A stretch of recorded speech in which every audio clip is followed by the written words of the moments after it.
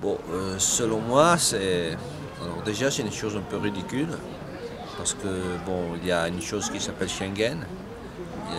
Aussi, s'il y a une frontière, on ne sait pas bien où passe la frontière, mais quand même, c'est pas moi qui va régler ça. Il y aura des organes compétents qui vont regarder, qui vont prendre des GPS, qui regardent les cartes, et qui vont finalement tracer noir sur blanc où ça passe la frontière.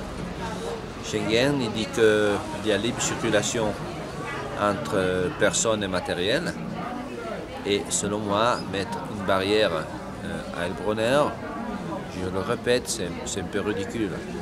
Les vieux disaient que les montagnes doivent rapprocher les gens, mais en ce moment, avec ça, je pense que c'est exactement le contraire.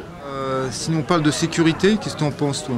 Bon, écoute, quand je monte à Elbronner, je descends du téléphérique. Il y a le mec du téléphérique qui arrête tous les gens qui descendent. Il dit, écoutez, vous prenez l'ascenseur pour descendre sur le glacier.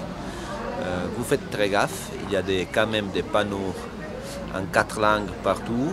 Il y a un petit truc style porte à saloon qui donne accès au glacier, où de nouveau, c'est bien marqué que c'est terrain de montagne, qu'il y a des crevasses, que c'est dangereux, qu'il ne faut pas marcher sur le glacier sans être encordé. Je pense que après, si le mec il veut passer, le mec il passe, mais à ce point-là, c'est son problème, c'est plus de problème téléphérique ou de sûreté, ou du maire, ou du préfet, ou je ne sais pas quoi.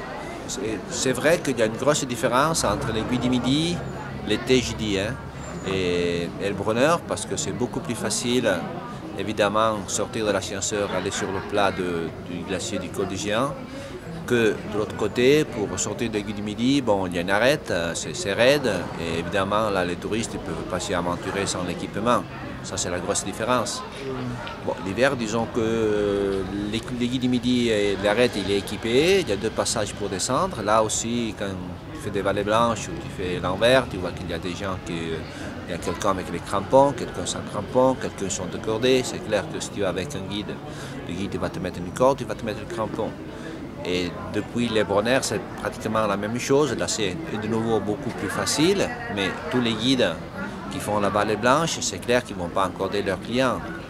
À ce point-là, ça change de nouveau tout, parce que tu ne peux pas obliger les gens de s'encorder pour faire une vallée blanche. Ils n'auront pas les capacités pour. Ça, c'est une petite réflexion personnelle que je fais. Moi, bon, imaginons que je ne suis pas un nageur, je ne suis pas capable de nager. Je vais dans quelconque établissement protégé balnéaire, qu'il soit en France ou soit en Italie. Je m'approche à la plage. Bon, il y a le Bay Watchers qui est assis sur sa colonne. Il y a la mer, elle bouge beaucoup, beaucoup. Il y a un drapeau rouge qui flotte, qui dit que c'est dangereux. Mais le Bay Watcher, il ne peut pas m'empêcher d'entrer dans la mer. Si je suis con, moi, je me mets dans la mer, je vais noyer, c'est clair. Mais surtout, lui, il ne peut pas me dire, non, toi, tu n'entres pas dans l'eau. Et là-haut, c'est la même chose. Une fois qu'il y a des panneaux, que c'est tout bien marqué, qu'il y a des avis partout, que le truc est dangereux, et si j'entre dans l'eau, c'est mon problème. Toutes les fois que je monte dans le Brunner, il y a guide italien, il y a guide valdotin, il y a guide de la compagnie de Cham qui disent aux gens, putain, vous faites gaffe parce que vous êtes en train de marcher sur un glacier, vous n'avez pas de corde, il y a de crevasses. Bon, 80% des gens, ils t'envoient te faire foutre. Ça, c'est clair. Bah, déjà, selon moi, il faudrait, si ça sert, de renforcer encore plus, de mettre encore plus de panneaux, d'expliquer encore mieux aux gens où ils vont passer, où ils vont marcher.